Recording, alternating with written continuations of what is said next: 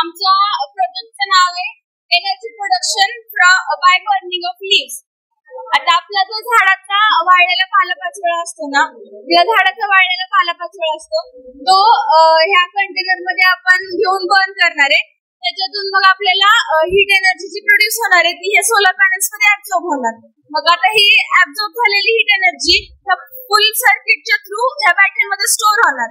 आता स्टोअर झालेली एनर्जी आपल्याला वापरता येते. इथं आपण डेमो दाखवूया. स्विच आपण जर चालू केलं,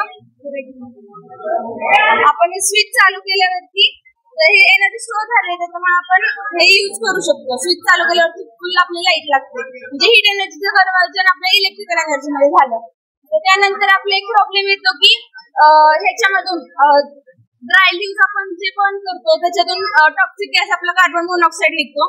आता तो जो कार्बन मोनॉक्साईड गॅस आहे त्याला ह्या कार्बन फिल्टरच्या थ्रू आपण फिल्टर केलं. तो जो फिल्टर झालेला कार्बन मोनॉक्साईड आहे त्याला आपण लिथियम हायड्रॉक्साईड सोबत रिएक्ट केलं. त्या रिएक्शनचा प्रोडक्ट म्हणून आपल्याला वॉटर प्लस लिथियम कार्बोनेट भेटतं.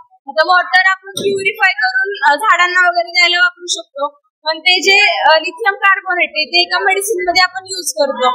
एक डिसीज आहे मॅनिक डिप्रेशन म्हणून, त्याची म्हणजे ते मेंटल डिसीज आहे. मूड शिफ्टिंग वगैरे होते त्या डिसीज मध्ये. मूड स्टॅबिलायझिंग मेडिसिन म्हणून आपण लिथियम कार्बोनेटचा यूज करतो त्याच्यामध्ये.